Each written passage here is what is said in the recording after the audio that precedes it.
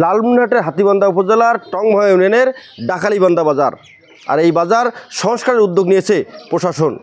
তবে এই বাজারের ক্ষুদ্র ব্যবসায়ীদের একটি দাবি রয়েছে, ডাকালিবান্ধা বাজার সংস্কার হবে।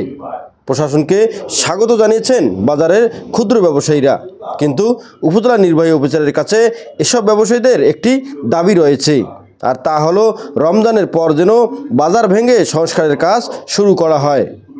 ব্যবসায়ীরা বলছেন, ইতিমধ্যে এই সব ব্যবসায়ীরা যেসব মালামাল ক্রয় করেছে তা বিক্রি করার সুযোগ না দিলে ক্ষতিগ্রস্ত হবে এসব ক্ষুদ্র ব্যবসায়ীরা।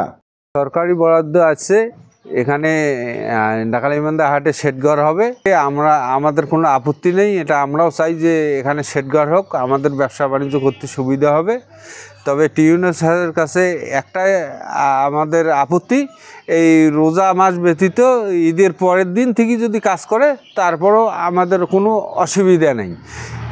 এই রোজা মাসটা আমাদেরকে একটু ব্যয় বেতীর্ণ বেশি, আমাদের একটু সময় দিবে। আমরা চাই যে কাজটা হোক, কিন্তু আমরা ঈদের জন্য অনেক মালামাল করছি, এগুলো যদি এখনই ভেঙে দেয় তাহলে আমরা বিক্রি করতে পারবো না।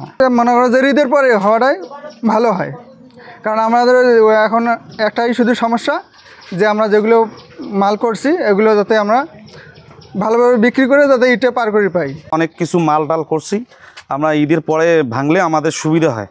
অনেক টাকা পয়সা আমরা লেনদেন করে কিস্তিতে টাকা পয়সা দিয়ে মানে ঋণগ্রস্ত করে মাল ডাল করছি। আমরা মানে যে ঈদের পরে যদি ভাঙা হয় তাহলে আমাদের জন্য সুবিধাজনক হয়। দোকানদার, অনেক দোকানদার, গরিব দোকানদাররা কিস্তিতে টাকা পয়সা নিয়ে মাল পানি করছে, কিন্তু এই মতো অবস্থায় যদি হাটটা ভাঙা হয় তারা ক্ষতিগ্রস্ত হবে। কিন্তু ডাকালিবান্ধার হাটের সংস্কার হোক, আমরা এটা চাই। তো ঈদের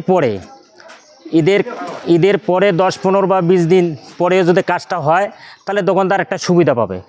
এসব ক্ষুদ্র ব্যবসায়ীর দাবি মেনে নিয়ে ঈদের পরেই সংস্কার কাজের উদ্যোগ নেবেন প্রশাসন, এমনটাই প্রত্যাশা এই ব্যবসায়ীগুলোর।